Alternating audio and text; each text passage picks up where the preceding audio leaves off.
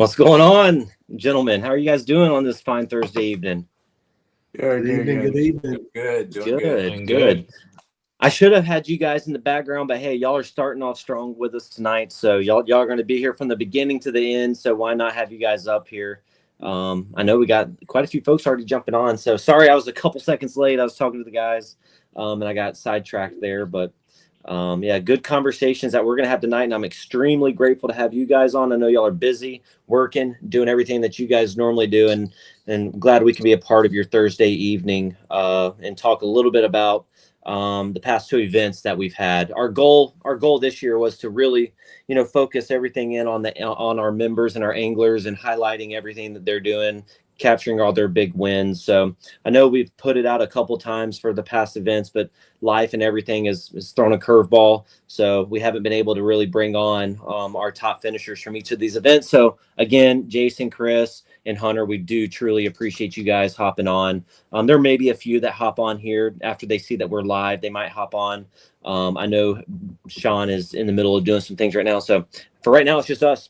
So the way that we're kind of going to do this today, guys, is, we're going to start off with the Clermont event, pull up some of that stuff and have you guys talk, because some big things happened on the Clermont event that could have a pretty big payout moving forward. So we'll talk a little bit about that. And then we're just going to kind of jump in, because I think there's only really one person here that was in the top or that captured some money at Clermont. And then we'll just kind of focus in on Headwaters, because I think Jason and Chris, you guys are from there. And then Hunter, we'll talk a little bit about Clermont with you and your kind of, what you kind of went through there and how that unfolded for you to catch that 24. Okay. Does that sound pretty good? Yeah. So I got some little overlays here that I'm going to pull up here throughout the live, just to kind of, show you guys. I took some pictures away from Fishing Chaos that I think is pretty important and pretty cool. So I'm going to pull up Hunter Taylor and his big bass that he caught on the Clermont chain, and what impact that might have going into going into the end of the season. And then I'll pull up Chris Clutter's his big bass on Fellsmere this past week.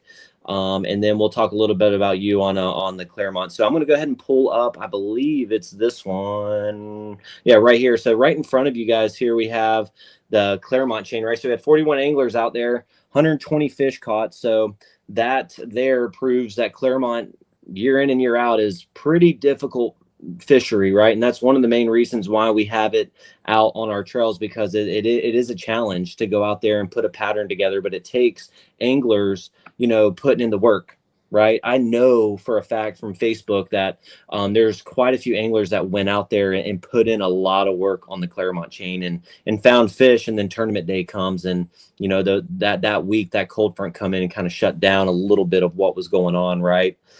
So Hunter, I'm going to turn it over to you to have you kind of walk us through your day, your mindset, how it started, how it ended, and then just kind of walk us through, not necessarily giving up any spots or any secrets on any baits of anything like that nature, but like, catching that big fish. How did that make you feel? And where are you at now with that? What you got? I know the spot. Yeah. The spot's already, a few people saw it. Well, I'm not putting it out there, and this is not what those videos are about. I just want to give you guys an opportunity to talk about your time out there on the Clermont chain. Yeah, I mean, it really wasn't a super secret. I mean, almost half of the anglers rolled through it anyway. But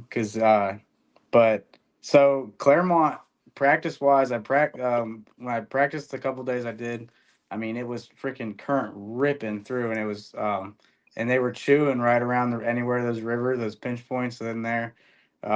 It's pretty good. I mean, I think I caught like a 22.5 like in practice, and then and I stayed south in Louisa, and I only got a few bites there, but they were better. And then so that's where I spent the tournament day, ran all the way across Louisa. Luckily I did it before the wind kicked up, and then I came back with the wind. But I mean, for the whole day, I think I only had like 7 bites.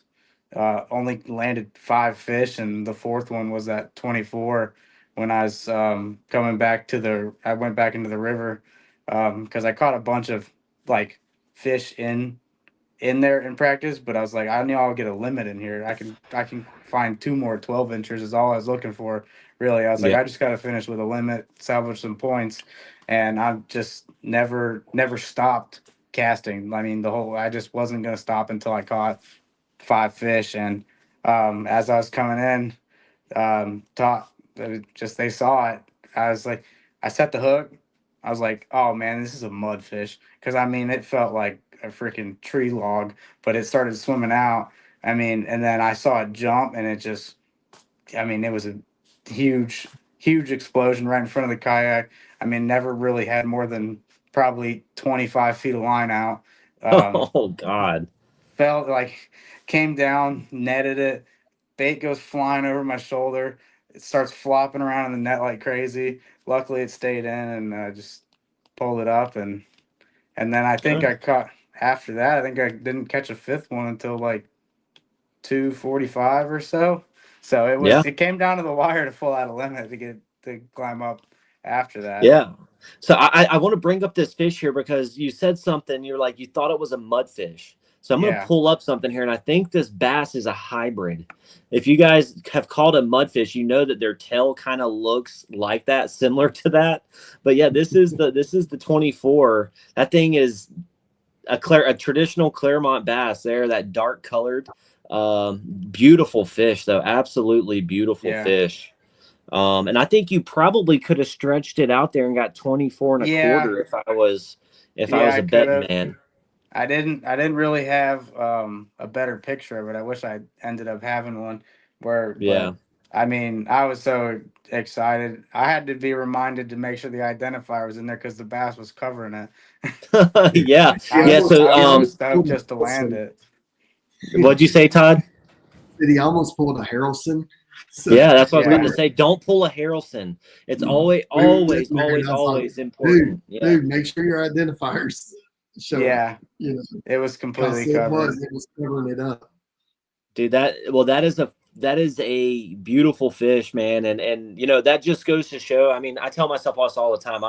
I haven't been doing very good this season, but my mind hasn't really been in that mindset of the competition. It's been more so just kind of running these things, making sure that they're going smooth so you guys can, you know, have a really good time. So I hope that you guys are. I hope that you guys are able to go out there, put in some time and do some pre-fishing. One, enjoy your time while you're out there, but two, you know, you guys won't come back and fish if you're going to lakes where you don't feel confident or you just can't plan out catch fish. So, you know, Clermont Chain, the 2 times that we fished it's tough, right? But that's part of the challenge, I think, for us in Florida. It's Central Florida. Everyone can kind of go there.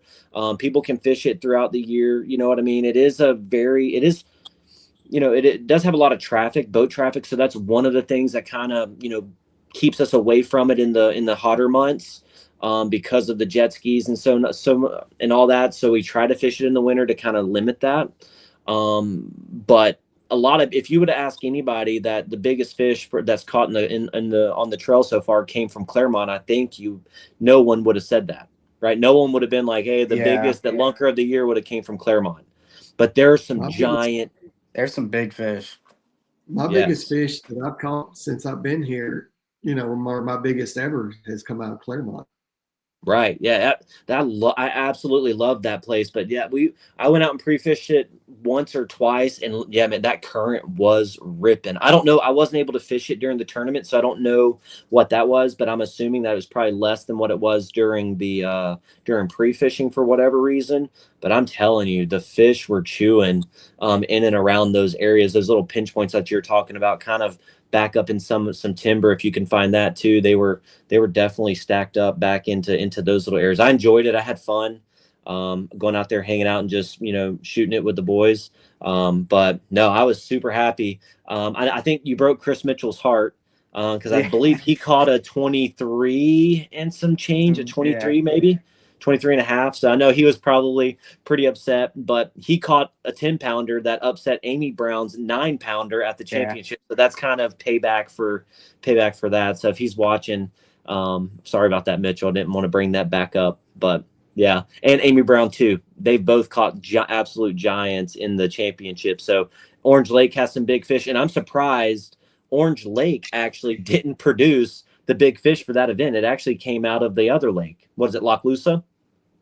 Right? Is that the lake? Yeah. It came off of Ocalapalooza. So, but Orange Lake's been getting pressure since Bassmaster put out that's like one of the top rated lakes in the country. So, yeah, you go out there on a Thursday, you're going to see 150 boats on the water at any given time. So, but yeah, I'm glad. Thanks for sharing, Hunter. For those of you that don't know Hunter, actually, he's new to the club this year, right? And he came out his first event. You placed first on, I believe it was Orange Lake, right? Yeah, placed first on Orange Lake. Tell us a little bit about that. Like, tell us about your mindset. I know we talked at the boat ramp, but when I tried to have you guys on for the Orange Lake recap, I don't think you were able to hop on. So tell us a little bit about Orange Lake. Orange Lake was good. Like, I had quite a few troubles before it, but so I was just, and then I had stumbled across like a little area that I thought had some fish in it, and seemed like everybody else did too, because there was a ton of kayaks around me too while I did it. But found one little patch of reeds and caught them out, or patch of pads, and caught them all out of that. Every fish I submitted came out of the same group of pads there. So on Orange Lake, you got first place with 90. Oh Lord, I'm terrible at this. How many inches do you have? 93 and something or something like that. Yeah, I'm gonna pull it up too here because I want to make sure that I'm speaking right. Yeah, so on Orange Lake, your first event that you fished with us, you had 93 3/4 for first place, with your biggest fish being you had 3 19s, your biggest being 19 3/4. So those are all solid limits out there, right? And then Robert Oakley finished second, and then we had Frizzy Zamora. He finished third there. He's having a heck of a season too, by the way. Frizzy, he's up there, and we'll get to the Angler of the Year points here too towards the end. But Hunter came out first event, placed first, and you also got first there, and then you came out for the Clermont chain and you got big bass. So your first 2 events you fished with us, you cashed a check. Yeah, I got second at Clermont too. Second at Clermont. Yeah. So you got first at Orange Lake, second at Clermont, and big bass. Yeah. Right. So that's phenomenal, man. It's been a good start. And you didn't? Were you out at Fellsmere? I didn't see you. No, I didn't get to get out to Fellsmere. I wish. I practiced out there and had a good practice too. Yeah.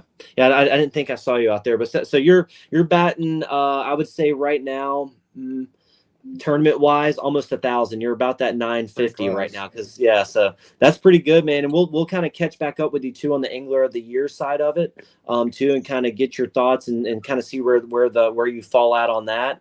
Do you plan on fishing Rodman? Yeah, I'm gonna be at Rodman. I should be at all of them except for Blue Cypress now. Okay. Awesome. All right, Hunter. Well, I appreciate you hopping on. We're going to talk a little bit more with you towards the end, but I want to shift some of the focus down now to the 2 gentlemen we have beneath us here. Well, at least they're on the lower end on my screen. We have Jason Leach. We're going to talk a lot with him here. And we have Christopher Blanco, who are our top 2 finishers for our most recent event on the Headwater Stick Marsh tournament. And so no shocker, at least no shock to me, the winner didn't come off of Fellsmere. Or, you know what I mean? Some of you have been like, oh, you're crazy if first place is going to come off a Stick Marsh. I called it. I didn't know who it was going to be. You can ask Daryl Harrelson. We were pre-fishing Stick Marsh. I said, I promise you, the winner of this event is going to come off a Stick Marsh, and I guarantee you they're going to crack over 100. I don't know if y'all remember this, but they're like, what do you think it's going to take to win? I said 103 inches. Yep. Right? It was close, and it could have been, but definitely Stick Marsh is amazing. Like I love Stick Marsh. Out of any lake in the state of Florida, I could live on Stick Marsh. And a lot of people don't ever even put their kayak in the water there or even launch it from there. But I'm not going to say anything too crazy because I'm going to let Jason talk a little bit. But we're going to start with Mr. Christopher Blanco here, Urban Fishing himself. We're going to talk with you first. And then we'll go over into Jason with you, sir, for first place and a couple other things. All right. So, Chris, tell us a little bit about, your trip to Fellsmere and kind of what your experience was. And, we'll just talk from there. Yeah, sure. I mean, this one was tricky for me because I didn't really get a chance to pre-fish for the tournament. So I knew going in the area I was gonna fish, I was just gonna use like the history I have with the lake. But but then, as I started thinking about, or, putting a plan in place throughout the week, one of the things that has hurt me the most, is really that I tend to fish fast and, not take it slow and not think about, other factors other than lure colors. So I kind of did my homework this time and started looking at water temps and said, well, it's going to be probably somewhere around the 60s or below. So I know I want to fish slow. I know I want, the colors I was gonna go black and blue, very good on that lake. But, I realized when I went to my tackle box, when we went for the Pan American in Lake Mary, I grabbed some of these small spinners that you would tie into the tail of your worm that, were great for spawning bass over there. And I said, you know what? I don't wanna do a 1/8 of an ounce weight. I wanna do something a little bit higher, like a 3/16 or a 1/4, but I want that lure to not fall too fast. So I use that, as to slow down the lure a little bit. So, a different presentation. And then since we had wind, I still wanted some flash, right? Um, and it started it didn't start that well, really. I did release the video this morning, so if you see the first, the couple of bites are very small. I lose fish, and then I started going to the areas that I'm comfortable. Right, I know how to fish isolated hydrilla. I wanted to go to a deeper part of the lake, so 6 feet, 7 feet, and very subtle with the presentation, and it worked out. I caught that 21 incher. That was my second fish after I think I had a 18 and 1/4. I saw these little like dollar pads. There was an opening in the middle, and I said, well, if I was a fish, I would be there. As soon as I casted the lure, and the one thing that I did notice is the bites were like very subtle. I guess they were a little bit of lockjaw, at least in the area that I was. They weren't too aggressive. So originally I thought I was hung up. That's why it took me a second to set the hook. But that one came in, and I was in a good place mentally. I think that really helped a lot. I put myself in a good position mentally. I called my friend and said, hey, you know what? I think I figured out the pattern that I want to fish throughout the day. And I started looking for the same stuff, right? Isolated hydrilla, deeper, and in an hour I went from, I think, like 48 to 90, and then I managed to call one, and that 16 that I had at the end, and that put me in a good position. Yeah, no, I tell you right now, I was looking at the leaderboard, and I saw a quick jump to over 90, and I'm like, man, ain't no one at this point is putting up a fight. And then all of a sudden I look again like 2 hours later, and you're like right hovering over around that 90-inch mark, and I'm like, oh darn, like, okay, there's probably someone there, maybe they're on them, and I thought maybe service played an issue and people just weren't uploading them, right? I was like, oh, people are out there crushing them. So I was like, okay, maybe you found some service and whatnot and was able to upload them. But yeah, I mean, being able to put the pieces to the puzzle together and those little subtle hints are extremely important. I'm not very good at that at all. Like, I know a lot of kayak anglers out there where I fish fast. I'm stubborn to slow down. I used to fish really slow. And I'm sure if you ask anyone, a fluke was all I pretty much used to throw, and I used to crush them. And now I barely ever pick that up. So, finding and doing a different presentation too is, those bass on Fellsmere, they see worms at black and blue every single day. Yes. I'm sure they've been hit with 300 or 400 2-ounce weights to where they're like, they already know what's coming at them. So that stick bait that you used with I guess a willow blade or whatever that you're talking about. It was more of a round blade, yeah. And okay, you just I'll share a picture with a group at some point. Yeah, but it's just I've seen off and you. Yep, I know exactly what you're talking about. Yeah, I see them on big deep lakes like in Lake Hartwell. When they fall, exactly, it flickers and those bass come up and destroy it, thinking that it's a dying bait fish. So yeah. That's cool. I think I learned a lot because I've been having good tournaments throughout the 2 years that I've been with you guys, but I've never been able to really I think 7th or 6th is my best finish. Okay. So I took some time to look back at my content and what I was doing wrong. And to all the people that are kind of looking to getting into tournament fishing, it's not about fishing fast, really. It's about understanding what's going on, and like a lot of emotions will come into play. Because, and I don't know if you, I did talk a little bit about this in the tournament. I was looking at the scoreboard and I see Daryl. He starts creeping up. Keeps creeping up, and I go like, you know what? He's catching them, and I'm concerned that he might take over that second place, or maybe I even fall fourth or fifth. So, I came back, so I just realized, hey, you're having a good tournament. Just keep doing what you're doing. And if it happens, great. If not, it wasn't meant to be. But I think what been learning lately is just, be more methodical. It's not about bait colors. It's not about the bait. It's about much more than that, right?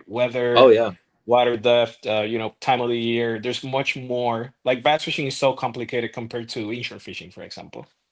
No, I mean, I think you said it right, but also I know we've talked about it before, is fishing your strengths, fishing your strategy and your techniques. I think we talk about this all the time. Sometimes we go out and we fish with folks, we pre-fish, right? And say I go out and pre-fish with you, Chris, you find fish, right? And you're like, oh man, they're stacked up here, right? And then but I can go to that same spot and not get a single bite, right? And you're over there with 100 inches, but it's based on, it is a mental game, right? But at the end of the day, you catch over 90 inches in any of our events, you're doing really, really good, right? So if you go back and you look at our history, we have the best, not some, we have majority of the best kayak anglers in the state of Florida that compete in our trail every I single agree. month, right? You know what I mean? Like, but they Hmm. also fish in bass, they also fish in all those others, but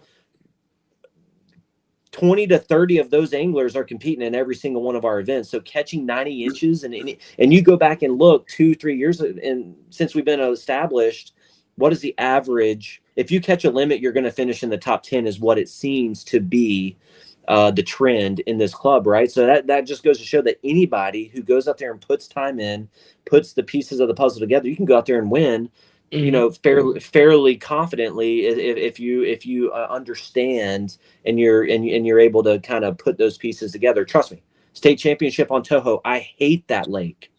I absolutely hate Toho, right? But I went out there and pre-fished one Wednesday and found a pattern. And then what happened? I go out there on the first day of the tournament and catch 99 inches, and I lost probably, 106 worth of inches. And I go out on the day two, catch a bunch of small, right? But like, I go out there, I put in one day of work, find something, and then I can go out there on Sunday and not get a single bite. Hmm. And it's frustrating. It's all up here, Well, right? And that's why I think it's more, other than free fish, there's much more to it. oh yeah, And that's why I kind of did the homework, right? It's not only about pre fishes, look at conditions, look at kind of the lake. There's so many resources online that we could leverage, whether it's maps, yeah, it's weather or historical, there's so much content out there. yeah. Um, No, there's a but ton of content out there, man, and we lose sight of the mental side of it a lot. Like I know I'm not the only one, right? I've talked with Todd. I've talked with a ton of you guys, right? And Todd, he's been frustrated with himself because he can't go out there and put in a lot of pre-fishing time. And then, how can we as anglers expect to go out there and catch 90 inches every single tournament if we don't hmm go out there hmm and the last time we've seen that lake was, last year when we fished it in a tournament, right? And then we beat ourselves up about it. And then we're like, no, we're going to put in some time, put in that work. Frizzy is a phenomenal example, right? Sorry about the thumb, but Frizzy, he's always out. He's always out there fishing. He has put in a lot of work from last year till now. And that's going to, we're going to see some of that when we pull up the Angler of the Year points, right?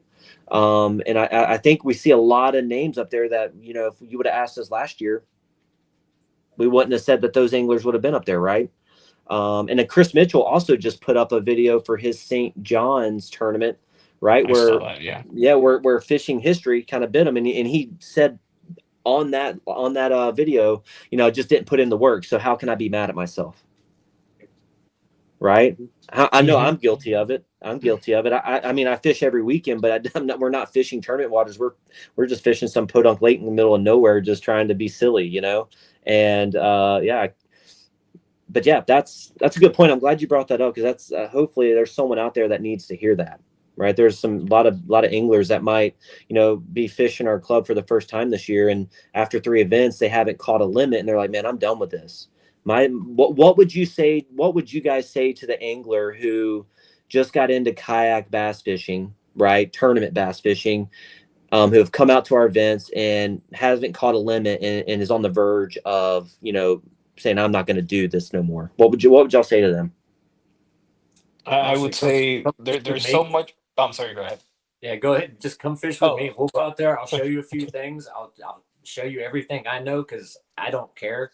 Honestly, I want to share as much knowledge as I can, and just come fishing with me. I'll show you everything I know, and we're gonna catch fish. There's no doubt He ain't about it. lying. He ain't lying All after. right, he ain't lying. I'm Yeah. coming, Jason. I'll be right there next to you. I'll just tie up to your. Yeah, exactly. Just I got the tow rope. Just I got the motor. We'll go. I actually want you to show me how to throw a glide bait. That's well. There's a bunch of different ways, but yeah, we can do that for sure. I was gonna I want say, somebody to teach me how to use one of those. I want to grab one of Granger's glides, grab one of his little bass candies, and Yeah. that's a great way to learn to throw because I mean it's so simple to throw and just manipulate. I mean you can do everything with it. So Yeah. I my biggest advice would be, and I think it's true, and it can be reflected on my results. You know, keep going. I know there's expenses involved, but you're gonna grow. Every tournament you grow, somehow you learn more, right? So there's a path of growth. The more you fish, bass fishing compared to other fishing styles, it's so complex, right? It has so many things that you need to learn. It's going to be hard to learn it in 1 or 2 tournaments. So, take advantage of the knowledge. What I've been doing, and I know some of you have noticed, is I'm stuck to you guys. Like I hear everything you say. I take everything as a truth, right? And I try to learn from you because you've done it for so long. Like, Jason knows I also speak to him a lot. When we're on the water, it's just trying to learn from you guys, things that I don't know. And the progression will be there as long as you put in the time. Right. And Hunter, amen. I'll get to, because I want to hear what you have to say too, Hunter, if you got something. But I think that is that's what makes our club so unique in a way. We're not like this huge national trail where we're going cutthroat at one another. One of the things that I'm most proud about is the fact that, we share our, not necessarily share information, but we share techniques, and we talk, and you build real true relationships with people to be able to go out, fish, be comfortable and willing to kind of share, your knowledge. Fishing, I don't know why it is, but it's a sport where everyone feels like they got to maintain a competitive edge, and hide things and say, oh, this is my spot, this is my thing. I'm telling you right now that it is not, it ain't your spot. There's someone or 100 other people out there that know about that spot, right? It ain't your water. And I can go out there and fish your water and not catch a single thing. Or you can come to my water, I catch 115 inches, and you're over there like saying, where did the fish go? You know what I mean? So I'm like, I think that's really unique, and something that I saw that, really makes me, Todd, Sean, and all of us kind of, happy inside, is when folks post things on social media, people reaching out and helping them, you know what I mean? And providing them and not kind of steering them in the wrong direction. I think that right there is speaks volumes of the type of people that we have in this club, and something that we're very grateful for. Even after tournaments, right, Chris, with your trailer, people stepping up, and helping fix those situations, right? It goes much more than fishing, right? Because I can go out there and not catch a single fish on the water, but the fact that I'm competing and getting to hang out with, a great group of people, at the end of the day, yeah, I'm upset, or anglers might be upset that they didn't catch a limit or whatever. But when you come back, we're going home. We can get back out on the water and do it again, the next day. And I think that's what's super important. And sometimes we take those things for granted, right? But I do want to hear what you got to say, Hunter. Like, what are some things that you might say to someone who is on the verge of, just kind of throwing in the towel? Keep it freaking simple. Lock a fluke or a speed worm in your hand. It's Florida. Everything's gonna eat it. And then just time on the water. Even if you can't go like pre-fish, like this weekend I'm not gonna be able to make it up to Rodman, but I'm gonna come fish by the house because it may be a different lake, but they're kind of gonna be in the same mood. Water temperature is gonna be kind of close. You'll learn something. Yeah. Go somewhere you're gonna smash them. Go somewhere there's fish. Don't worry about like the next lake as much, but like build a lot of confidence because that carries through. Because even if I go and pre-fish Rodman a week before, it's still a week for it all to change. But if I go in there knowing I hit them hard and I'm on something, then like it's a whole lot different than if you go in there clueless or you haven't been doing very good or something. But just go somewhere and smash them. That's what I like to do. I'll go find a pond or something and just go catch 25 fish and just feel good. I don't care if they're Yeah. 12 inches, but I'm on something. Todd, what do we talk about on Monday? That's exactly what I was saying to Bailey the other day. I said, even if you don't get to go pre-fish the actual lake, just fishing in general keeps your senses there, that feel, because it's just like golf, right? Mm-hmm. You don't play golf on a regular basis, you're not going to be that great. You might get lucky on a shot here or there, but you're not going to be consistent. Same thing in the fishing world. And that's what I told him. I was like, I haven't been able to do much fishing at all, this season. And I can tell the difference between whenever I'm going, once or twice a week versus once or twice a month, Yeah. And that's my problem right now is I have not had any time on the water just to have that feel. You lose that touch. Yeah. Hey, we got a fan on here. We got a fan for Mr. Blanco here, fishing with Yara. She's a team member. She's a Pan American team member. Oh, awesome! Well, thanks for joining us, and we're glad to have Chris here on with us tonight. So, no, I appreciate you guys sharing that. I mean, I know we don't got very many people watching now, but I know a lot of folks are gonna tune in and watch this, and maybe it might help them, right? So. I think that's the most important thing, right? My goal in doing what I do as a part of the club and, directing it with Todd and Sean and Clutter is just, with the main goal of you guys going out there catching fish, having fun and building meaningful relationships with, people who we share similar interests in, and you finish in the top, you get to walk away with some cash, right? That's never really a bad thing in the economy that we're in.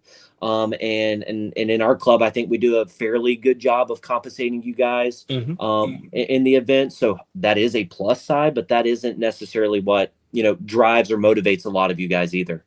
Right. I'm which loving is good. the night camp when we're doing night camping. I'm loving that. That's So awesome. and I want to talk about that a little bit because I think that has been so unique because me, Sean, and Harrelson and Mitchell, the last 2 years, it was always us out there. We were the crazy ones. When we fished at Toho, or not Toho, when we fished at what was that called? Tanarock. Me and Sean showed up at the gate at like 8:00 the night before and slept in our trucks, right? Because that's how crazy we were. And you want to know what happened? We went out there and didn't catch darn diddly squat. So we pretty much just wasted our time, right? But this year, man, I could care less if I got on the water on Saturday to go fish competitively because Friday night before we get there, it seems like we show up and there's I think Orange Lake, we had 12, 13 people at the boat ramp. That night. It was a bunch.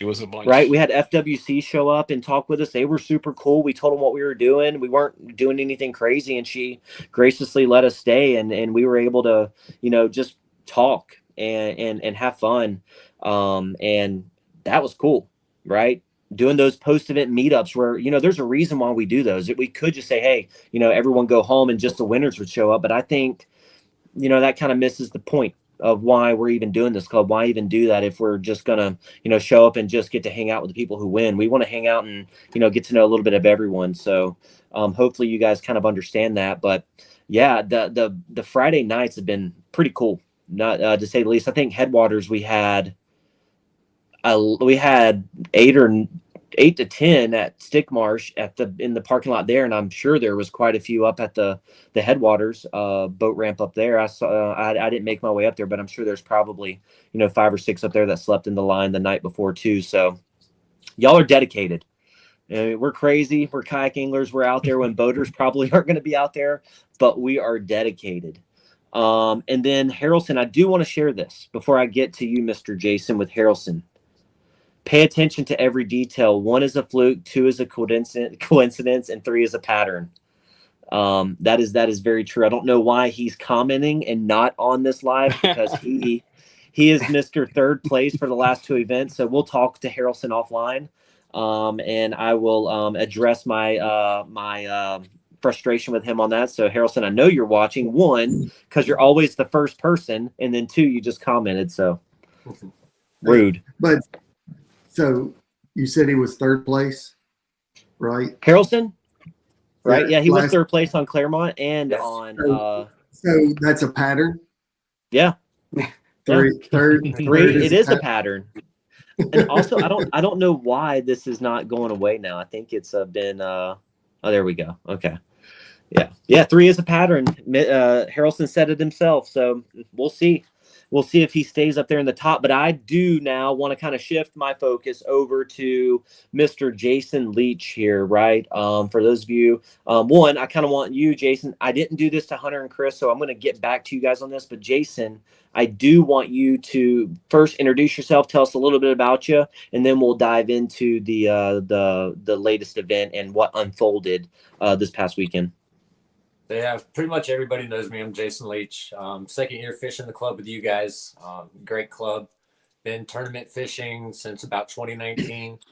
And that's pretty much me. I just fish, go to work, wake up, repeat. Yeah. All I do.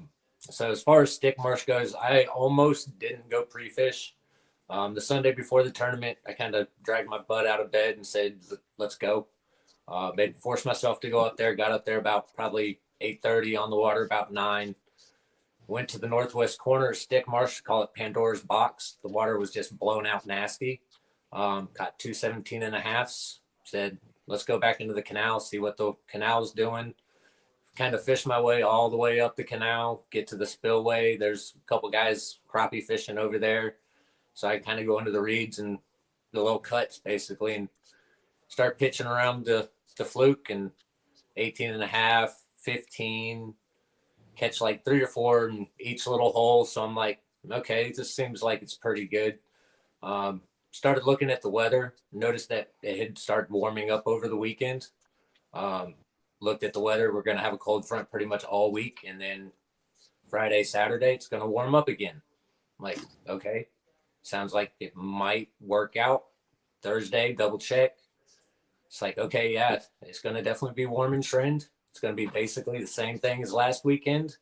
Go back into the canal, and hopefully the big ones move up because they're setting up to spawn. Thursday night, watched the captain's meeting. Everybody's, what about this area? What about the canal? What about the canal? What about the canal? I'm like, oh, crap. Everybody's going to be in the canal. So Sunday morning or Saturday morning comes around, talk to a few guys, see kind of what their plan is. Few people have maybe the same idea, but they're kind of like, I'm gonna go out here first. I'm like, okay, man, I'll see you guys out there. So kind of just sit there and wait. Lunchtime, start going up towards the canal. You look behind me, nobody's behind me. Keep going. Run into like the biggest gar I've ever ran into. Just stopped me dead in my tracks when I hit him. Kind of freaked me out for a second and kept going. Looked behind me a little, like about halfway down. Still nobody behind me. I'm like, okay. 7 o'clock rolls around. I'm like, all right, line's in. I cast to like the first big opening, and I'm like, why am I casting here? There's no fish in this opening. I know this. Stop casting, go all the way to the end. So that's what I do. I go down there. First little hole, like a 15 and a 17. Get to the second hole, like cast to one spot, thump, set the hook, pops off, cast right back to the same spot, thump, pops off. Third time, 21.5. And then I'm just sitting in that spot, 19, 20. like 18. So I'm like trying to cull fish as I'm uploading fish at the same time, uploading and culling fish at the same time. About 9 o'clock, I'm at 94 and a half. So I'm like, it's a pretty good day so far. We can I keep would it say. up. If the weather stays like it is, I should do okay. Don't really get any more in that area, so I start working my way back up towards the boat ramp on the canal, just kind of stopping along. About 11 o'clock, I pop a 20. So it put me at 99, and I just kind of stopped. I'm like, this is an excellent day. I'm gonna win. I told myself right then at 11 o'clock, you're winning. So I keep fishing. The weather definitely changed at that point. The clouds go away. It's no longer raining. Sun's popping up. My sunglasses are at the bottom of the lake. So bites slow. So I'm catching like some 15s. I catch like an 18 and a half, 18.75. I'm like, it's pushing 18.75. It'll give me a 1/4 inch. Just throw it back in the water. See Granger, how you doing? Blah, blah, blah. I'm like, yeah, I'm doing pretty good. I got 99. He's like, I got 1. I'm like, go down to the spillway. They're down there. Throw this fluke. That's what they're eating. That's all I threw all day was a fluke. Really? That's awesome. So yeah, it was June bug fluke. That's all I threw. Either dead sticking it. Maybe every once in a while I would work it like a normal soft jerk bait, but mostly it was dead sticking or just dragging. That sounds like butterfly at Tenorock, just dead sticking a fluke in like 30 foot of water. It worked. God, I couldn't be. And that's what I love about Stick Marsh, man. They have 1, 2, I think 3 different areas, 3 different spillways where water kind of flows in and out there. Or I know at least 2. I think there's one kind of over there by Pandora's Box that it kind of attaches to over there. But yeah. So those are known places. That was a plan of mine going over there, and I was like, you know what? I'm gonna go fish headwaters with the guys. It's probably might be my last event fishing with them. So I was like, you know what? I'm just gonna go there. But I'm glad that you and the crew that went over there were actually able to catch some fish. The wind in that canal, how bad was it over there? It seemed like you were probably hitting from it. It got bad in the afternoon, about 11 to 1 o'clock. It got pretty stiff. Pretty much at the end of the tournament, it started blowing basically straight down the canal, which was fine with me because I was fishing back towards the ramp, so it was blowing me back towards the ramp. So as I went along, I see Granger and catch that 18.75, and then I see Blake Abbey. He's having a rough day too, so I'm like, go down there. They're fishing. There's fish down there. I left fish down there. I know I did. I didn't catch everything. And he's like, yeah, I just missed a big one up over here. And so I'm like, awesome. He's like, I hope you catch 100. And I make my way up to this reed head, make that cast, and 20 and a half to put me at a 101 for the day. And at that point, I'm like, yeah, I'm done. I'm just going to go kind of float around and look at stuff for about the next 2 hours. Cause if anybody catches me, that's on them. Good luck. Hey, I'm telling you that right now. I hid the leaderboard early. I don't know if you guys realize that, but I hid the leaderboard and I hid the series standings so that no one could see and go back to the series standings to see where it was at, because I wanted it to kind of be a secret too, for everyone else and have some like excitement towards it. But you had some people chasing you. You had some people chasing you. I wasn't close to Harrelson, but I was going south on headwaters, and I ran across him, and I went up to him. I was like, just kind of pestering him. I'm like, yeah. I was like, what you gonna do? I was like, you gonna answer Jason, or are you just gonna let him beat up on you? And he looked at me, and he's like, I'm gonna catch him. I was like, okay. He was chasing you. After what he did to me on Clermont, I couldn't let that happen. He knocked me out of money and put me in 4th place on Clermont. So yeah, I had to get him back. Yeah, well, I think it's be a little rivalry all year between me and him. Oh yeah, y'all's relationship goes way back. Yeah. What probably well before the FKBT has ever been established, right? So yeah. Y'all actually live kind of in the same area, so y'all grew up together. We got a hidden lake that he doesn't fish too much anymore, but it's sort of similar to what Stick Marsh was laying out to be. So it was like, yeah, this is going to be right up my alley because you can go out on that lake and just whack them all day. Oh yeah. Oh, absolutely. Hey, stick marsh too. A lot of people, like, if you don't like fishing grass and you don't like, that heavy traffic, stick marsh is a phenomenal place. Has a lot of timber. When I say timber, a lot of dead palm trees and cut off palm trees around the whole perimeter. There's reeds, there's shell beds out there. There's humps that you can fish. There's the spillways. Obviously, those are big shiner and crappie fishing locations, but a lot of bait and whatever, or generally are in and around those areas there when they're pumping water. But stick marsh, I'm telling you, I went out there and there's been 5 or 6 of us on the water at the same time. We all caught upwards of over 100 inches in the same day, right? And that's how electric it can be. I fished it last year's event, and I caught 50 something fish in the 4. I took me about 2 hours to get where I was going and 2 hours to get back, and about 22 gallons of water later in my Hobie, I about died out there on the way back. But for 4 hours I caught a fish cast after cast, me and another boat. We were just one after another. So stick marsh is fun. I love it, but I was not risking it in that wind this year, and I'm glad no one else did either, because last year we had an angler fall out of his kayak, flip his kayak, and have to swim back to shore. And that lake has 13, 14 footer alligators just leisurely strolling, like they're average size there. Yeah, the first time I ever went out there, I caught a 7-pounder, and next thing I know, I've got like 4 14-footers just circling. Oh yeah, around. Yeah. This place is awesome. I love these gators. It's just I love fishing stick marsh, but definitely that could be it's almost like a popka, but not as on steroids. But I went up and I was fishing because there's a bunch of rock on the south end of it that lines the bank there to keep it from eroding. I could have swore that the FWC or construction went there and dropped like those big culverts that you put underneath driveways. And I'm like looking at it, I'm like, darn, that's a big culvert. No, it was a gator. And it entered the water swimming right towards me. My heart sank. And I was like, well, if it's the time to go right then and there.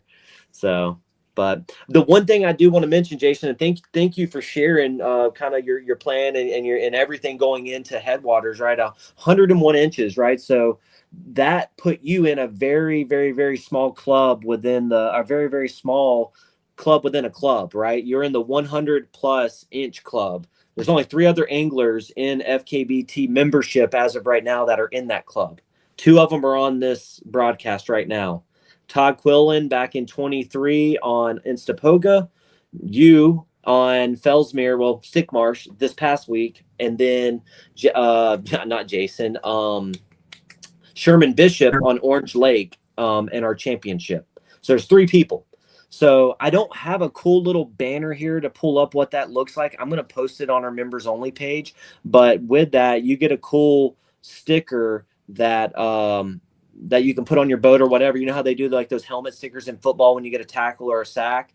We have a 100+ inch hammer sticker that we hand out to those anglers who are in that club. So really cool, Jason. I'm glad that you have joined the club. I hope that as the season progresses, we're able to hand out some more of those and have that club grow this year. There's something cool that I'm going to do about that. And we'll release that at the beginning of next year whenever I get all of that kind of figured out. So what you got, Todd?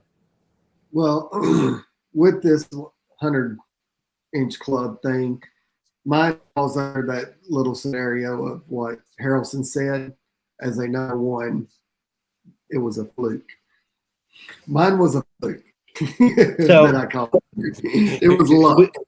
We can talk about that. Yeah, we can talk about that. Me and Harrelson were actually on our way back to the boat ramp to fish that clump where he was at. And we pulled up and went around the corner. We saw Todd and Amy there. And we're like, well, I'm not going to be that guy to go over there and fish it. So we left and I started making my way out to these sticks out in the middle of nowhere. And then we just hear Todd hooting and hollering. And we're like, you got to be kidding me. For 30 minutes straight, all we heard was Todd and Amy. Amy caught her PB. Todd caught 100 and whatever inches he caught in 30 minutes. He caught his 100 inches in less than 30 minutes out there. And then we went back out after the tournament and we caught tanks. So they were there. I had 100 inches and my small fish was what, 14?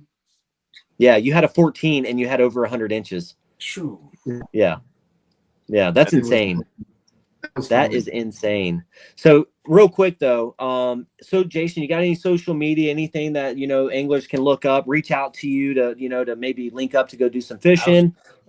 More than welcome to share it. I'm on Facebook and Instagram, JTL_outdoors. Or you can just find me on my normal everyday Facebook page with my name. I mean, Okay. Most people will find me. It's just Jason Leach at Facebook. Okay, awesome. And what Hunter and Chris, we'll get to you in a minute. But Hunter, again, sorry about this, but you know, introduce if you got social medias or anything that you guys want to share that you post stuff out on, and you want some people to follow you, go ahead. And Hunter, it's your time to, you know, link up. Where do you live? Where are you from? I'm what from part of Florida? Orlando. Okay. From Orlando. Okay. Yeah, I live over by the Butler chain, so I fish there a lot. Okay. Yeah, but no social, nothing other than my normal Facebook and stuff like that. But okay, give him a follow. Go up there, request a friendship there. But you know, get his number, whatever. Send him a message. Link up with him and go do some fishing. He also golfs. If you golf, I know Thomas Woodring lives in that area too. He golfs as well. So you know, I know you got a group, but if you guys golf or fish in that area, hit him up. Yeah, fish. I play golf in Lake County. Follow the Hackers on Facebook. Follow the Hackers. The Hackers, yeah. The Hackers. Okay, I might have to give that a follow. That's awesome. Yeah. I watch a lot of YouTube golf, and that's changing the sport altogether right there. So now we got Mr. YouTube Fishing down here, Christopher Blanco. Go ahead and we go from YouTube golf to we're going to go to YouTube fishing. Yeah, So, I mean, social media, you know, Urban Fishing TV.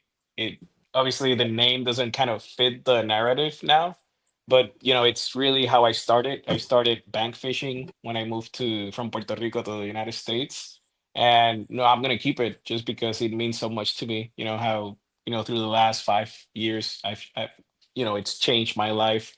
Not necessarily on the like the money side, but more on the lifestyle. Like you know, it's something that it's become from a hobby to a passion, right? So yeah. you can find me Urban Fishing TV. I connect with a lot of people. I like you know speaking with people and just you know having fun, whether it's Yeah. saltwater or freshwater. What's your and that's your Instagram, Facebook, and YouTube is Urban Fishing TV? Yeah, I would say YouTube and Instagram. On Facebook, Okay. you can find me by Christopher Blanco. Just keep in mind, I Okay. don't have the first H. On Yeah. Christopher, my dad kind of forgot that H, so it's my name is a typo. Just so you know. No, I was actually looking at that. I was going to ask you if you forgot to put the H there, but okay, that makes sense there. No, I'm Christopher the correct way, and this is Chris without the H. So we got a bunch of Chris's in the club, Yeah. that's for sure. We do. Yes, we do. We got a ton of Chris's. So and they're all average fishermen. I'm just kidding. Y'all are the ones cashing checks. I'm over here like, what the heck's going on, man? I need to do something better with my life. But hey, I am going to be going after when I move up to North Dakota. I will be fishing the Bassmaster kayak series that they got their trail up there.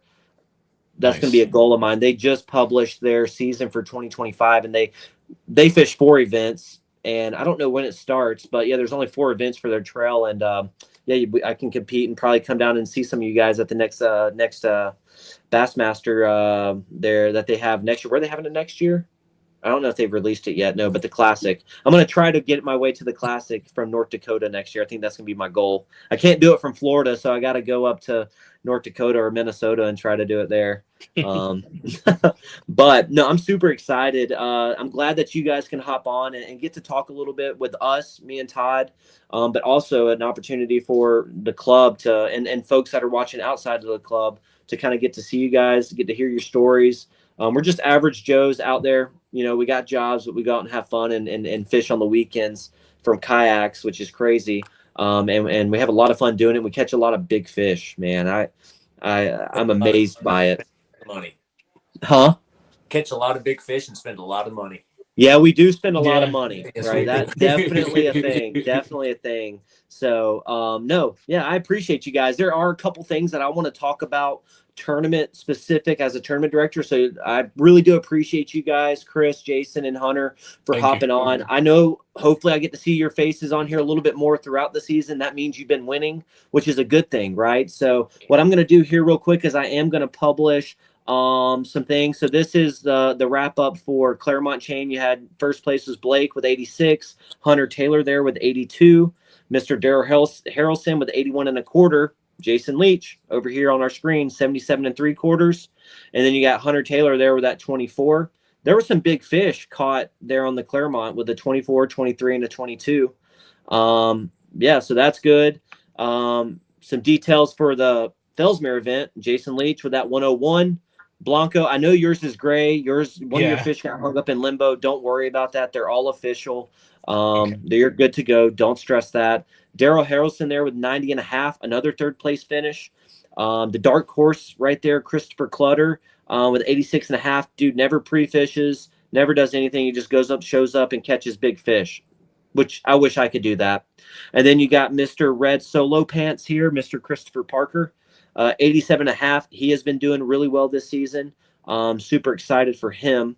And then Christopher Clutter, I actually have his 23 and 3/4. I think he could have got that to 24. What you think?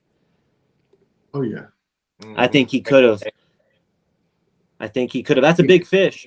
That was Mhm. caught on stick marsh. That is, or not on stick marsh, on headwaters. That is a very big fish there.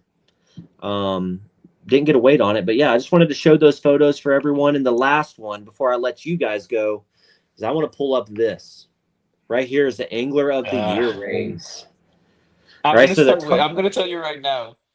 This is how important it is to fish as many tournaments early as you can. 'Cause Yes. I'm so down below because I missed that first tournament. Yes, Yeah. absolutely. So Jason Leach is at 364, right? So up to 11th place, right? Is we're in that 300 point mark, right? So Angler of the Year is best 6 events, right? So it's taking your top 6 events out of the 9 regular season events. And Angler of the Year will also take place in the championship like it was last year. So the championship will also play a pivotal role in deciding who's going to be our champion, our Angler of the Year for the FKBT. But as of right now, Jason Leach is in first place by a mere 1 point with 364 points. Frizzy Zamora, we talked about him, right? He has been very consistent. He goes out there, he puts in a lot of work. He's up in second place right now. We got Granger in third with 360. Devin Holbrook. He's in fourth. He's tied for fourth with Robert Oakley with 354. Mr. Harrelson, back-to-back third place finishes there. Toho really beat him up, but he's done well in the last 3 events. He's sitting at 353. We got Mr. Christopher Lindsay, Chris Mitchell in 8th. Sean Spears traveling all the way from North Carolina the first 4 events with 321 is in the 9th place, and then Thomas Woodring rounding out our 10th place with 317, right? So Frizzy Zamora, Granger, Robert Oakley, Christopher Lindsay, Amy Brown, right? We got Ryan Dills, Todd Quillen, Clutter, Blake Abbey, Blanco, you're down there on the 16th place, right? It's anyone's game. We still got 2 more events to finish out your am I right? Or yeah, 2 more. We're at 4, right? So 2 more will round out your top 6, right? So for Angler of the Year this year, we're taking for championship, we're taking the top third, right, with a minimum of 30 anglers to compete. If you win a single FKBT regular season event, you're automatically qualified in. So Jason, as long as you fish 4 events, right, and you with that win, you are going to qualify yourself for the championship with that, right? So, and then Angler of the Year is your best 6 to qualify for the championship, your top 4, right? But the more you fish, the better chances you got into qualifying for the championship. So we're going to get some cool prizes. I don't know if you guys saw I know Jeff Gallagher has an item that we're going to be getting. I know I've talked about this numerous times about the kayak that we're going to be raffling off. We're going to be selling some raffle tickets. Hopefully, we're going to do some pre-sales. You're going to see some information popping up here within the next week about that. I said I was going to wait till after the Clermont. So you guys are going to see some information. We're going to do pre-sales, right? And if we meet the minimum in which it would cost for us to purchase the kayak, we're going to purchase it, regardless if we're able to sell all 52 tickets or not. If we can at least sell enough tickets to at least cover the cost of the kayak, we're going to buy it, and then we're going to raffle it off. Simple as that. It's going to be a random drawing for that kayak. And then price and everything like that, we're still trying to figure out what that's going to look like. I know we have an NK 180 that we're going to be giving away. And then I'm looking at an NK 300 that one of Buzz Burline is selling brand new into the box. There's a good chance that I'm going to buy that from him for us to do as another giveaway for you guys, right? So we're trying to put together some good prize packs. Mind you, as of right now, really, Cross Kicks, Jason Leach, Cross Kicks paired with us. Did they reach out to you? Did they get back to you? No, not yet. I haven't. Okay, I'll resend that email to them too, and just re-tack with them that they do have it, right? But Cross Kicks teamed up with us for first place, so you're going home with a pair of Cross Kicks, which that's really cool. Strike King, Luz, and Mock, they've given us those BB1s. We've gotten some rods as well that we're going to be giving away. Chris Mitchell, we got some elite rods and baits that we're going to be giving away. Granger has graciously given us, and we've purchased some product from him. I sent an email to Yak Attack again this week confirming sponsorship and what we're trying to work out what they're going to do for either for our trail this year. So there's a lot of things that we're doing that we want to be able to do to give back to you guys. But mind you, a lot of this stuff we're buying. Right. This day and age, companies, they're not just giving away stuff for free. Right. That's a return of investment, ROI. Right. We're going to invest into them. Hopefully in the long run, they see that and then they would want to invest in us. So with us being a very small club, not really tied to any national trail, it makes it pretty hard for some companies to, be willing to just dump money into it. But mind you, we're not asking for money. We just want discount codes and product to give away to you guys. Right. We'll find ways. And what you got? Speaking of companies donating, Dakota Lithium has donated some batteries again this year. So I will have those. They're being delivered by FedEx tomorrow. So, yeah, and we got a 24 volt, right? 54 amp. Yep, 24 volt, 54 amp. We got a bunch of those power boxes and some of the smaller batteries for your live scoping cameras and whatnot. We're going to be giving away. It's the standard package that we got last year. Twist Lock beverages and koozies. They have done a phenomenal job in donating all those products for us for the past 2 years. So we couldn't. Those companies are truly amazing, and we truly do appreciate their support. But a lot of these companies, we want to support them ourselves. Local, like Elite Sticks, Granger, all of those small companies, we're buying product and giving away to you guys at each of these events. Another one that I want to throw out there too that is huge is Hobie Eyewear. They've sponsored our Big Bass, and for every Big Bass of every tournament gets a free pair of Hobie sunglasses. Yeah, and that's been those that have tried them. They are really, really awesome. They're awesome. Yeah. They float, right? So, Jason, you wouldn't be in this situation. I'm at the bottom of the lake right now. Yeah. So, but what we're saying here is we have phenomenal sponsors that do give us product to hand out to you guys, but we also in turn, even though they give us stuff, we're buying. We're purchasing from them just so that they can see that our club is supporting them. But if there's discount codes out there, and I'm going to make another post. I'm off tomorrow. I got some things I'm going to do, but I'm going to really focus in on some of the things that I need to tie up loose ends here with the club. Is I'm going to repost, make an Excel sheet of all of our club sponsors and the codes that are associated with them with a link so you can click and go to. Use those codes, because they see that when they pull reports on expense reports, it shows them discount codes that are used. And they're like, oh man, the Florida Kayak Bass Trail really is showing up and supporting our club. when we go out and reach out to them again for future help and sponsorships in the end, they're going to look at that and be like, yeah, we're going to give you what you want. What are you thinking about? We have more leverage there to go out and ask for a little bit more than the previous year. Because, some sponsors like, yeah, you know what? No, we didn't see much revenue or return in investment. We're not going to continue. So now we're going out to ICAS, which we love doing anyways, and meet new people, and gives us an opportunity to bring new people on. But we want to keep our sponsors, right? We just want to keep adding to them, right? I don't want to take away from anything.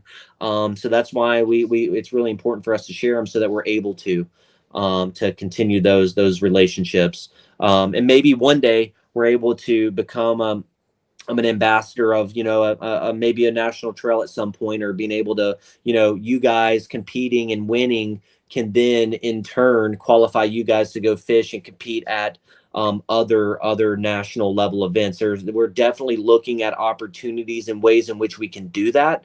With certain trails going out and coming in, it makes it kind of limited. Because Bassmaster already has the Bass Nation stuff, and that's kind of their way to get into the Classic.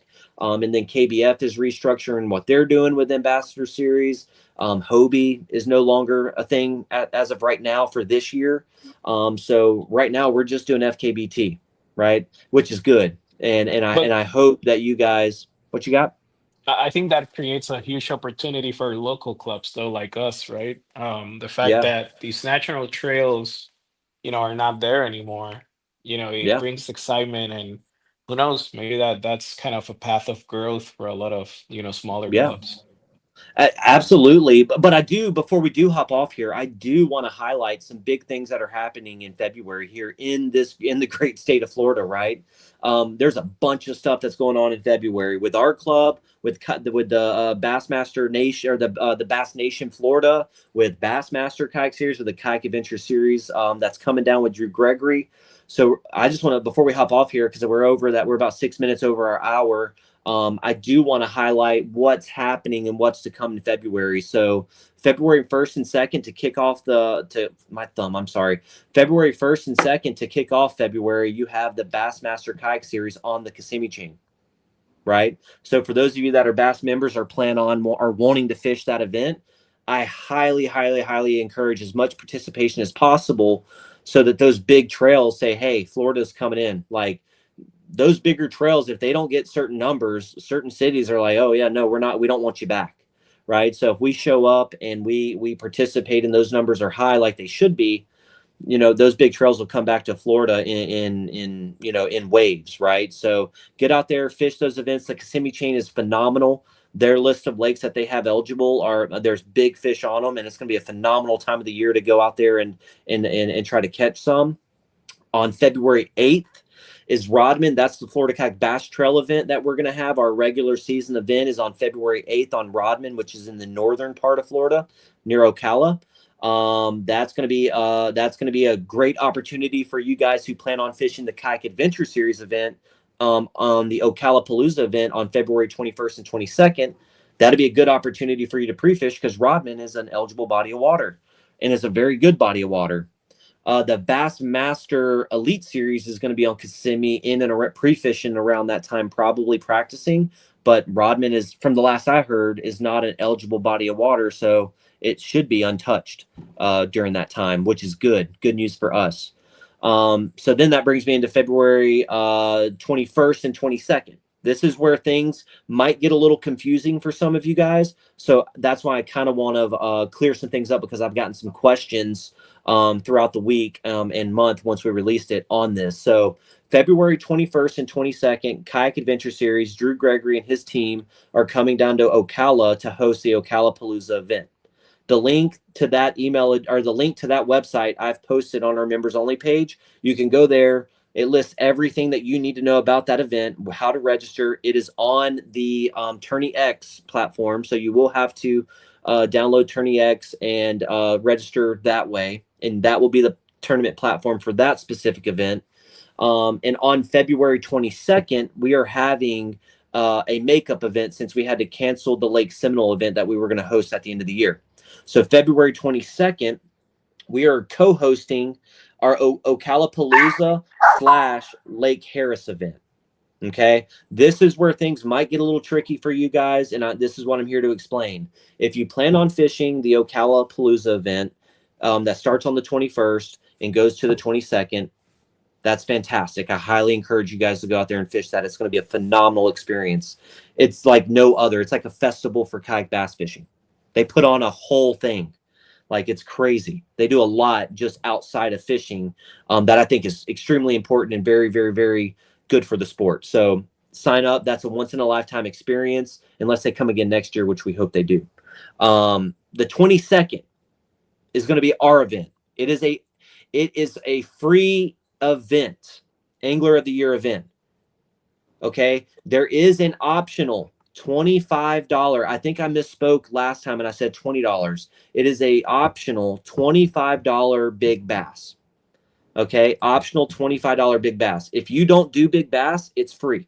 But why not? Right, $25. And the reason we did that is because if you catch a big fish in there, you have a very good chance of doing so on Lake Harris, or if you plan on fishing the eligible bodies of water for Ocalapalooza, it will qualify you towards the Lunker of the Year, which is currently held by Hunter Taylor with that 24, right? So the tie being Hunter Taylor, if someone catches another 24, hold on. My wife just got home and my dogs go crazy. So if you catch a 24 and you tie Hunter is caught it first, so that's the tiebreaker right there. So definitely sign up for that. $10 of the big bass is going to go towards the lunker, so that's going to help increase the pot. And then $10 is going to go towards the actual payout for big bass for that Harris Ocalapalooza event. And then the $3 and some change after the fees are taken out is going to go towards the championship pot. So we're still boosting up the championship pot. We're doubling our payout for big bass for that event. And we're doubling our lunker payout, pretty much contributions for that event as well. And then some people are like, it's free. Yeah, you fish that event, you're going to get free AOI points, right? We didn't want, you guys are going to be spending a lot of money in the month of February, and we don't want to tap into that too much, right? Yes, it's $50 or $60, but still that adds up, and we don't want that to be a way to kind of dissuade you guys from wanting to fish our event. We want to give you that opportunity. And again, we're not tied to any national trail. Again, free is best. Free is good, right? So get out there. We want to encourage you guys to fish that event. If you are just signed up to fish our event, the Harris event, the FKBT Harris event, you can fish Harris or you can fish Ocalapalooza. You can fish any eligible body of water if you are just signed up to fish the FKBT event on the 22nd of February. Okay, there's the inbounds is Ocalapalooza eligible waters and Lake Harris. If you are fishing the Kayak Adventure Series Ocalapalooza event and our event, Harris is off limits. It is not, because if you fish there on Saturday and you upload fish, those are going to get denied for the Ocalapalooza event. So please, please, please understand, if you are fishing the Ocalapalooza event and our event, the only eligible bodies of water for you are going to be Ocalapalooza and their eligible bodies. Does that make sense? Yep. Okay. So if you have any questions on that, I would love to answer that. We're going to release Lake Harris eligible boat launches, and the award ceremony for that event is going to be at the same location as the Kayak Adventure Series. That address is posted. We're going to go and do our ceremony right before you guys go into the auditorium there or the theater there and do the big one. If someone from our club wins that is fishing, we are not going to release that just out of sake for the Kayak Adventure Series. And that being the bigger event, we want that to be kind of unfolded or unraveled there on the live stage there. We don't want to steal anyone's thunder or ruin any of that, right? So does that make sense? That was an agreement that we had with Drew Gregory there. So we're not going to spoil the big winner for the Kayak Adventure Series if there's a very good chance that someone from our club takes home the dub. Okay. And that is only if you're fishing.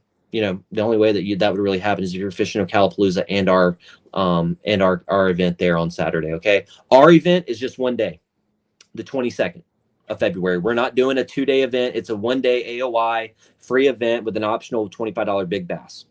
Okay, first place is going to go home with a rod and reel, a lose reel, or lose rod and reel, essentially. Second place is going to go home with a Yak Attack leaderboard, and then third place, we're going to give you guys a gift card for third place. So all that money's coming out of stuff that we've raised. Nothing out of your guys' pocket there. We don't have any sponsors that are donating money. We're just going to do product. It's a free event, and it's just an opportunity for you guys to go out there, and hopefully catch a big fish, or 5 big fish, and take home much bigger check. Big bass will pay out.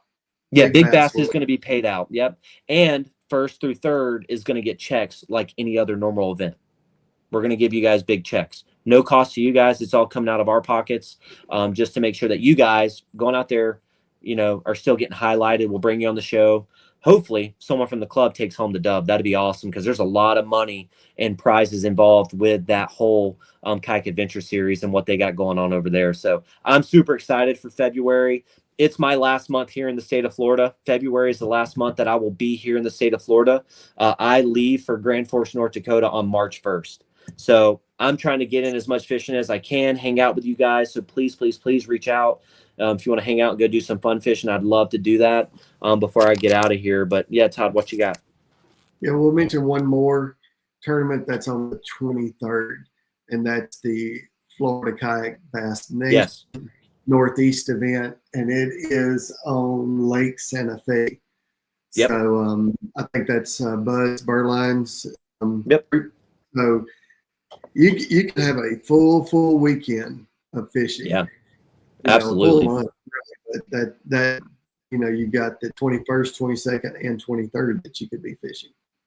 Yeah, no, it's going to be a fun. I've never been a part of this much going on in the month of February, but I'm excited about it. But the big thing here is, guys, is I encourage all of you guys to go out and fish those events. Be safe, right? Don't overexert yourself. Don't stay hydrated, even though it's cold. Make sure you're drinking water.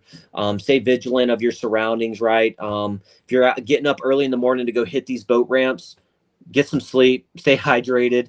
But most importantly, get some rest too, and recover, because February is going to be busy if you guys plan to hit all those national trails.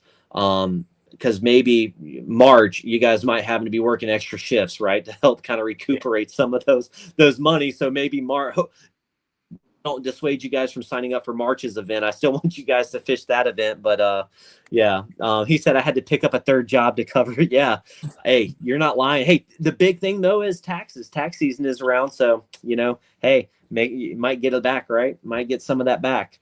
But no, like I said, we're well past that hour mark. So I'm sorry for taking up your guys' Thursday night, guys. But no, I truly do really appreciate all three of you guys for taking time out of your Thursday, one, to share a little bit about yourself, but two, to talk a little bit about what your past events were and what contributed to your guys' success. So again, I'm glad to, I had got to met you, Hunter, Jason, and Chris. We've really got to build those relationships. I'm grateful for that and looking forward to continuing this from a much further virtual distance. So don't stay. Definitely reach out to me. I love to continue to hang out and talk, and I'll be doing these lives and stuff. So it's really going to be the only time I get to see you guys. So we're definitely going to be bringing a lot of people on, talking to them. From all aspects of the club. So if you're interested, or if you want to join and come on and talk a little bit, I'd love to have you on. You don't have to be a top finisher. If you want to come on, introduce yourself and tell us a little bit about yourself and why you chose to join the club, I'll bring you on. I'll bring anybody on, let you guys come on here and talk, because that's what it's all about. All right. So I appreciate you guys, and we will see you not next Thursday. It's my birthday. I'm going to be out of town in Arizona, but the following Thursday, or yeah, we'll be doing it. I'll post when our next live is going to be, but on our social media platforms. But definitely looking forward to seeing you guys the next time we go live. So appreciate you guys. Bye. Have a good night. Thanks, All guys. right. Later, guys. it. Later. Y'all have a good one. Right. I'm going to go ahead and kind of wrap up this event. But before we do that, Todd, I really do kind of want to hit on these sponsors that we've been talking about. we truly do appreciate you guys. And if you're watching, some of our reps might potentially watch us at some point, but definitely please get out there and support those sponsors that graciously donate product and codes to our club, because it really does help us and help you guys make this club what it is today. So Strike King, Lose, and Mock, again, we've created a really good relationship with those guys, and we're truly grateful for it. Cross Kicks and those guys have been phenomenal. Every year we get to interact with them. It is great. YOLO Tech, again, the best light on the market when it comes to 360 white light and just overall light in general. If you guys haven't gotten one, you need to. Twist Lock, those guys over on the West Coast have knocked it out of the park again this year with their new koozies. That's their koozie, Twist Lock koozie, and they got their 32 and 16 ounce that we give away each and every event, man. Beyond Braid, we're going to be purchasing some more product in line from those guys to be giving away some tools. Absolutely love my line cutters and braid, the cutters that they got. They chop through braid like nobody's business. Dakota Lithium, again, third year in a row where they have really, or no, second year in a row where they have really just stepped up and provided us with phenomenal product to give away at our championship and throughout the year. Hobie Eyewear, again, I can't take credit for that. That was Todd and David Myers this year at ICAS that has built that relationship. So I'm hoping that continues further on. I know that they just released another eyewear that I do want to bring him back on to talk about, because it has changed the game. They sold out like within seconds of going live with it. So I would love to bring those on. There might be. Yep, Todd. We have a QR code that you can use to if you want to order anything, it will need to have a little bit of a discount. I don't think I can share that here, particularly on live, but we will share that out on our social media pages. There's actually, I'll probably make it into a link and I'll share it out through Fishing Chaos, our members only messaging platform there, so that you guys can get that exclusive club discount, because that is exclusive to our club here in Florida, in the relationship that we've built with them. Torn Outdoor Baits, there, he's a really cool guy. He's from Tennessee, right? John is absolutely amazing. He has been a part of our club since day one. I'm actually going to go put in an order in a couple days with him to purchase some more product to do some. We haven't done any of that this year, so I'm going to buy some to give away some of his soft plastics and other things that he got. And Yak Attack just come out with some cool things too. So we're going to be submitting an order for Yak Attack to purchase some of their items that they just released to give away at some of our events. So super excited about what the rest of this year has in store for us. I hope you guys are enjoying it. I hope you guys are glad to be a part of this club that we've established here in the great state of Florida. We look forward to continuing it, even though I'm going, all the way across the United States here. I got Todd, I have Sean, I have Chris Clutter, I have David Myers, I have Jeff Gallagher, and I have all you guys that are going to help continue to make this club, as great as it is. So I truly do appreciate everything you do, Todd, Sean, and all you guys in the background for making this fun and exciting. Taxes, 1099s have been sent out to all those anglers that breached that $600 or have reached or surpassed that $600 threshold.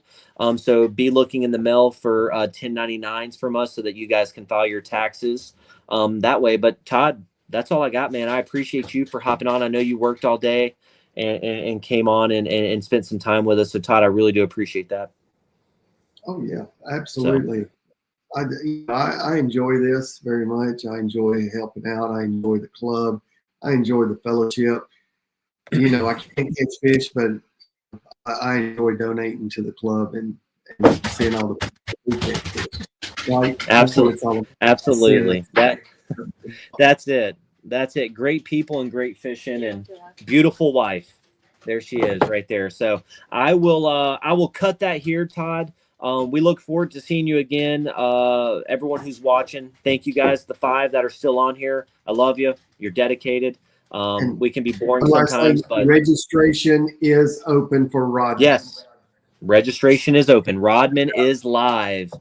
So get signed up. The early bird gets the worm. We might be doing a giveaway. Just saying. The first 30 to enter by we can get 30 people to register by next Friday, we're going to do a live giveaway.